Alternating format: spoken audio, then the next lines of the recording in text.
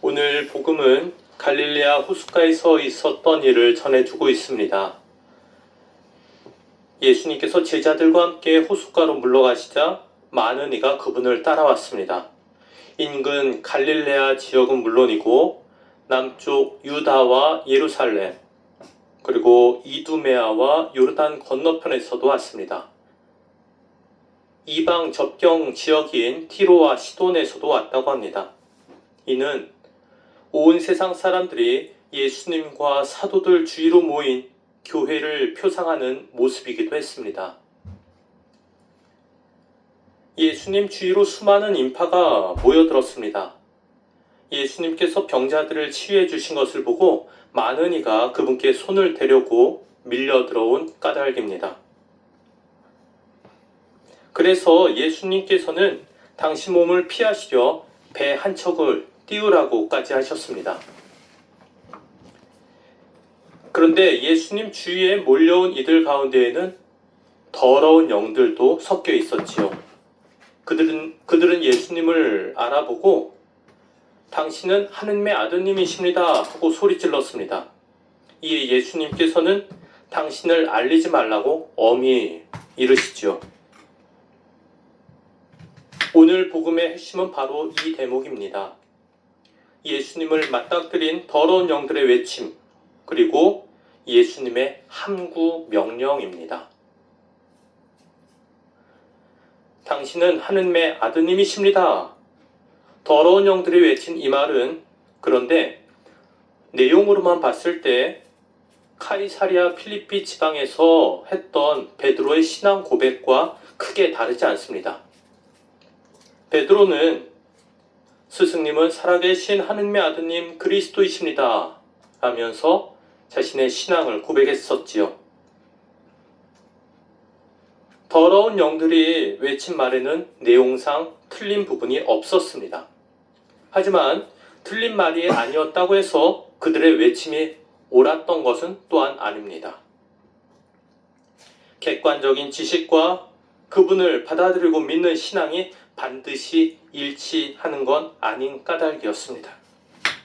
사실 악마는 그 이전에도 광야에서 예수님을 유혹할 때 성경 말씀을 정확하게 이용한 적이 있었습니다.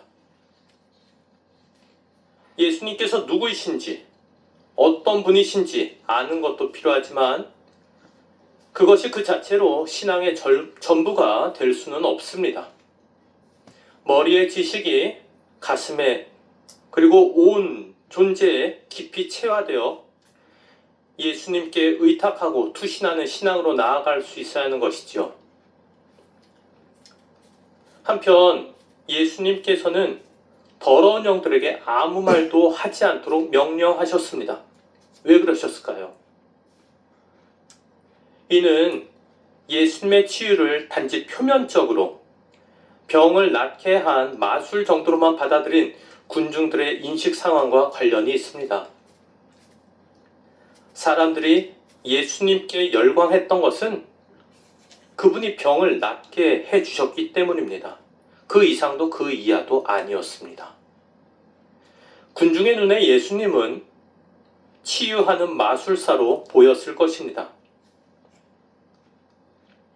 하지만 예수님의 치유는 훗날 그분께서 이루어 주실 구원을 앞당겨 보여주시는 것이었고 그 구원 사업이란 예수님의 마술적 능력이 아니라 십자가 위에서 당신을 희생하심으로써 이루어질 일이었죠.